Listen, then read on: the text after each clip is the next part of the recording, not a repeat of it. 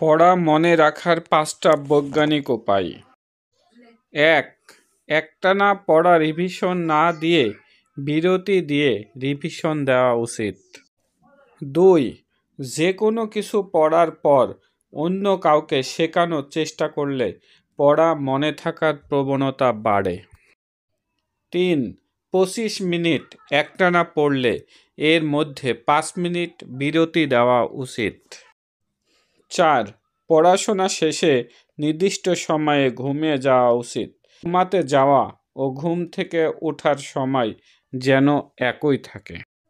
5.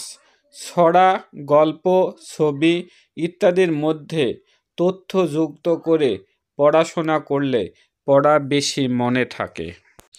বন্ধুরা, আমার চ্যানেলে নতুন হয়ে থাকলে চ্যানেলটি সাবস্ক্রাইব করে বেল বাটনটি অন করে দেবেন। আর যদি সাবস্ক্রাইব করে রাখেন তাহলে আপনাকে অসংখ্য ধন্যবাদ।